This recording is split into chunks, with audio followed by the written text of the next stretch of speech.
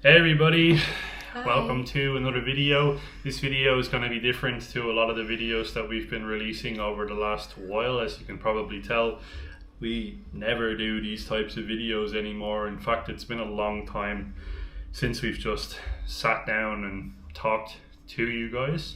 But there's a very big reason as to why we're doing it. Now, you probably have realized that the videos have been a little bit slow as of late, and that's because the flu from hell has stricken us. Both of us have been quite literally living in bed for over a week now. Yeah, probably like 2 days after New Year's, I kind of feel like it hit us, and it was probably because of the crowds around New Year's, and so that's why it was a little bit slow this last week. But we had so much more time to think about what is going to be happening very, very soon. And that's exactly why we're doing this sort of sit down and talk video. It's a little bit of a life update, and we want to tell you about some major changes that are coming your way. Yeah, we have a pretty big, very big actually, challenge. It's going to be the biggest challenge that we've set ourselves to do here on this channel ever. And it's going to be a very big sort of an adventure, I guess. So we decided out of nowhere that we're going to buy bicycles, and we're going to use those bicycles to cycle just under 4,000 kilometers from Bangkok to Shanghai over the course of a sort of an unlimited amount of days is what we want to say right now. We have no true estimation as to how long it's going to take. We've never cycled long distance or bike packed, I guess you could call it, before this. So this will be our very first adventure of this sort. We kind of, over the last while, have been looking at travel videos, our travel videos, and a lot of others on the travel YouTube space, which is what our job is.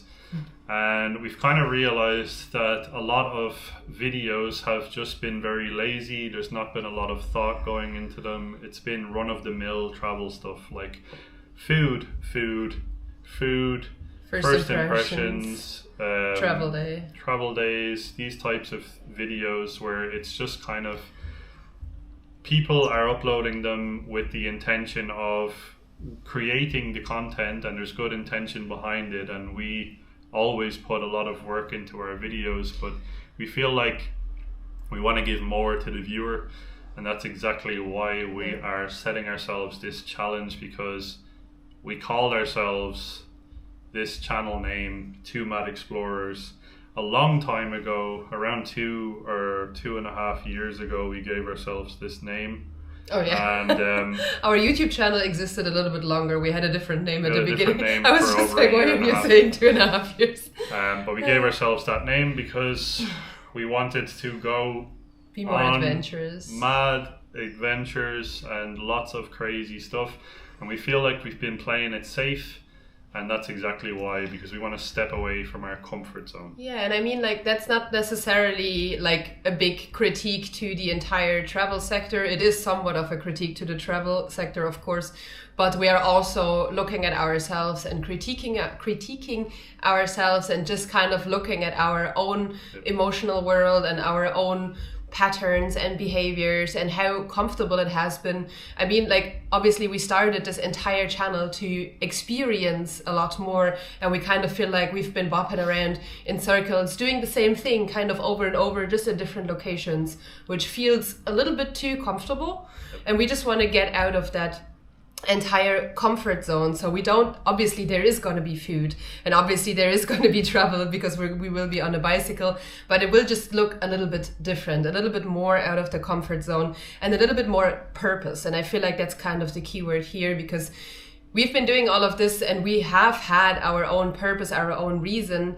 but I feel like that purpose sort of got blurred, and we are looking to just get that purpose back, increase it, and just have like this pure vision of, okay, this is what we're doing, giving our content the purpose and changing up our own sort of comfort, because we also need to see the world with new eyes and stop being in this very comfortable space where we're sort of gaining weight, getting a little bit more blobby every single day, getting more comfortable. I mean, it's a great place to be, and I'm sure it's just human nature, but we don't want to be in that space anymore.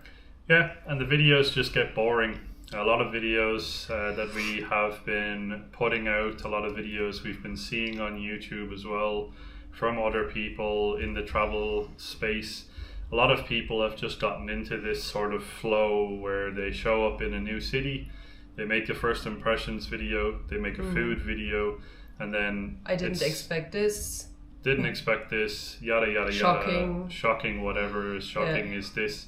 And it's just boring, bland, repetitive, kind of the same stuff. Every travel channel almost... And we're guilty of that as well. We're guilty of that as well. Every travel channel sort of almost feels like it's doing this, and it's all sort of one sort of same level of content. So we want to start making videos where we're giving proper adventure style content, where we're doing what we love already at the moment, but we want to turn it up a notch, because both of us, the whole reason we started traveling is because we love adventure. And I feel like we just kind of slowed down a little bit because both of us have gotten older, and because of that we've started trying to like look for like safety in a way, whereas now we want to turn away from safety and go into discomfort, and that will only make for more interesting videos, hopefully. That safety also was kind of that we have just been spending a lot of time in cities. So like safety, okay, what is safety for a travel YouTuber? It's a lot of content opportunities. So a city is great with lots of people, lots of food, lots of things to do. Then good internet, a comfortable place to live in, as we are right now here in Bangkok, for example. Plenty of connections. And plenty of connections. And then also people speaking English, right? So if you are in the large cities, the likelihood of people speaking English and sort of being able to communicate with you are a lot higher than if you're somewhere nowhere in the middle of absolutely nothing, when you find like a nice auntie that is selling a pad kra pao or whatever on the side of the road. She for sure will not speak English. So just kind of, that's the reason. Move away from comfort, move away from the big cities. And that's why we were thinking, okay, either walking or cycling would be the best way to do it. And because we're Europeans, obviously in the majority of countries, we're not getting like 6 months or a year type of a visa. So we can't really walk through China or Vietnam or whatever. You have to sort of move it along a little bit quicker. And that's why we had landed on the bicycle. Yeah, and when we're flying as well, something that happens when we're flying around a lot is that you're stuck to cities, because you're stuck to landing in the biggest possible airport. And once you land into the biggest possible airport, you're in a big city, and then you have to take a bus or any type of transport system to the next city, and then it's just cities after cities.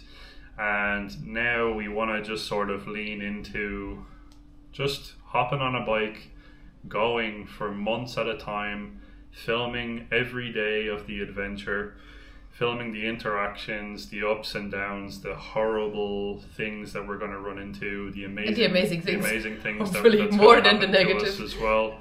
But showing both of them instead of just this whole thing that sort of travel YouTube has kind of like just morphed into this thing where everything is just rosy all the time. Everybody's always just sort of, you know, sliding down waterfalls and everything's amazing.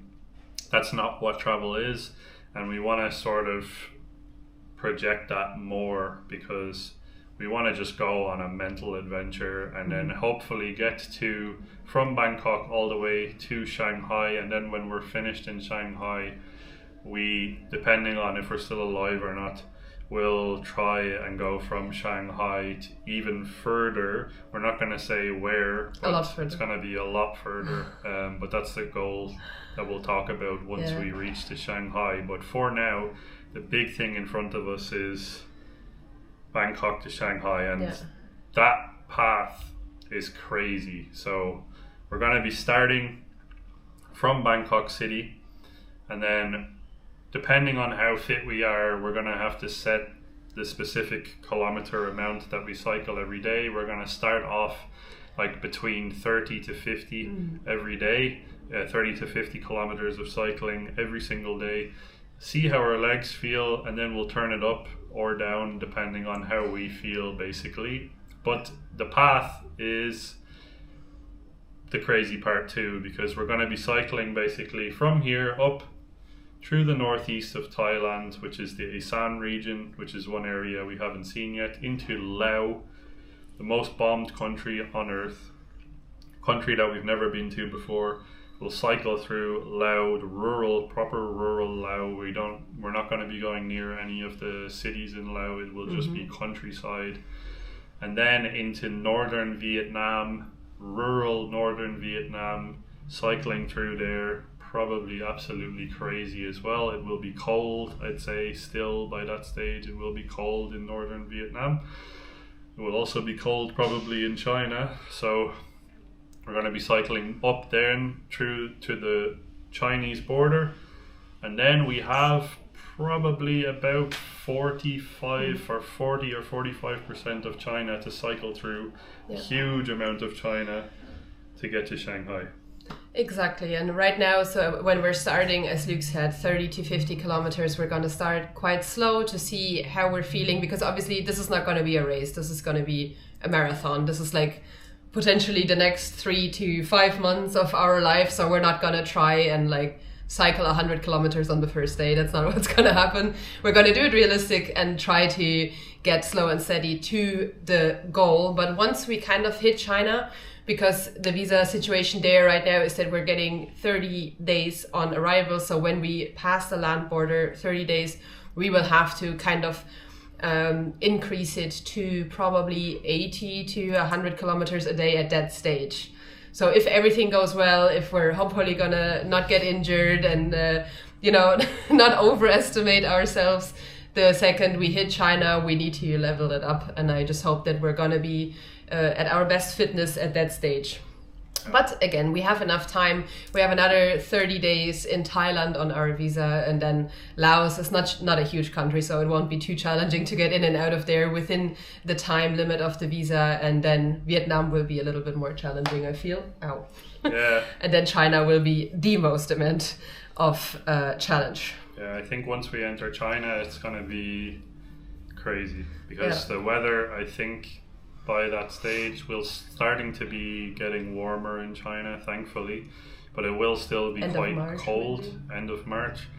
Hopefully it will be a little bit warmer than what it is, because right now a lot of China is incredibly cold. But we'll make it work, and we're gonna just sort of face it all head on, and we're gonna basically be entering China from the very sort of north of Vietnam.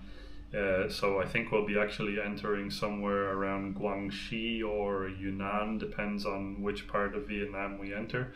And then we're going to be making our way sort of up and east towards Shanghai. So basically through a huge chunk of the center of China, but it's going to be mental.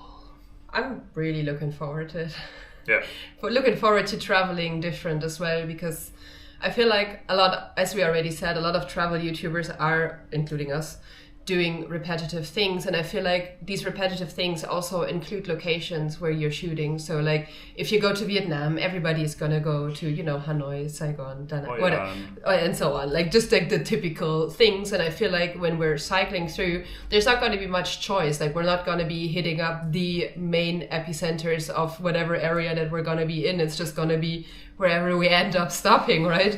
So we're going to be highlighting a little bit more of other areas, more rural areas, and really try and embrace and understand the culture and the situation of the people that live there, instead of having this like shiny sort of experience that a lot of travel YouTube is trying to sell you. So we're just gonna try and keep it as real as possible and embrace the real aspect and real life of whatever it is that's gonna happen to us, instead of being like, look at this banh mi in Saigon. Yeah. We're going to be doing the whole trip as well, like on a shoestring budget. So we're not going to be sort of like cycling around looking for the next 5-star hotel or whatever. When it comes to money, we're not going to be splashing cash around. We're going to just basically show up at hotels, see how it is, check in, and that's it. And that's literally what we're going for. It's going to be whatever town, village, community that we show up in, that when we reach the end line of our day-to-day cycles, wherever we end up. And we're going to be speaking to the people that we arrive in those towns and villages. We'll be interacting with them as much as possible, trying the food and showing you guys places that, like, quite literally a lot of them probably have never been touched before by Western tourists, or YouTubers. So it's going to be hopefully a very, very interesting experience. I also assume that, like, in a lot of these areas there won't even be big fancy hotels. It will probably be more like mom and pop guest house or like rent a room type of a situation for a night instead of... Yep. We were also thinking for a while to like buy a tent or something similar, but we felt like that might be a little bit too crazy because obviously we need to charge our equipment, and we also don't want to get like trampled on by an elephant while sleeping in a tent or something like that. So like rather say it's still a little bit more safe than it probably could be, but we feel like it's the first step towards discomfort after 4 years of traveling. Oh yeah, it's going to be a wild adventure. We're looking forward to it. So you can expect a lot more frequency of videos, because we want to sort of turn up the output as well. So the quantity and the quality of the videos will be going up, which usually that goes hand in hand. Sometimes the quantity has to drop for the quality to go up, but we're going to be doing both here. We're going to be filming the whole madness that we're doing. So just under 4,000 kilometers, everything along the way, every interaction. It's going to be a good time. And I hope that we're fully recovered from this sickness by the time that we're ready to go. You can probably still hear that we're still kind of stuffy and scratchy and weird. Yep.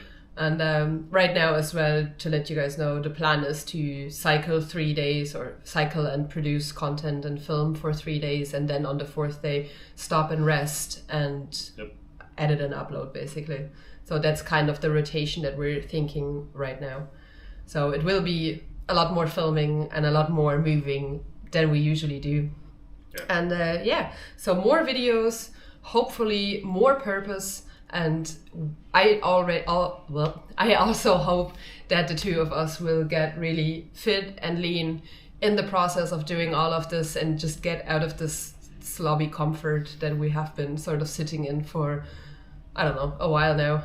Yeah, it's going to be something different, and it's going to be a fresh experience for us, a fresh experience for you guys as the viewers of our channel. So let's do this. Bring back the excitement. Yeah. For now, my name is Luke. My name is Naomi. We are the Two Mad Explorers. And this is your reminder to keep exploring. And we'll see you guys in the very first episode of our cycling adventure very soon. Khop kun na ka for watching. Bye bye. Bye.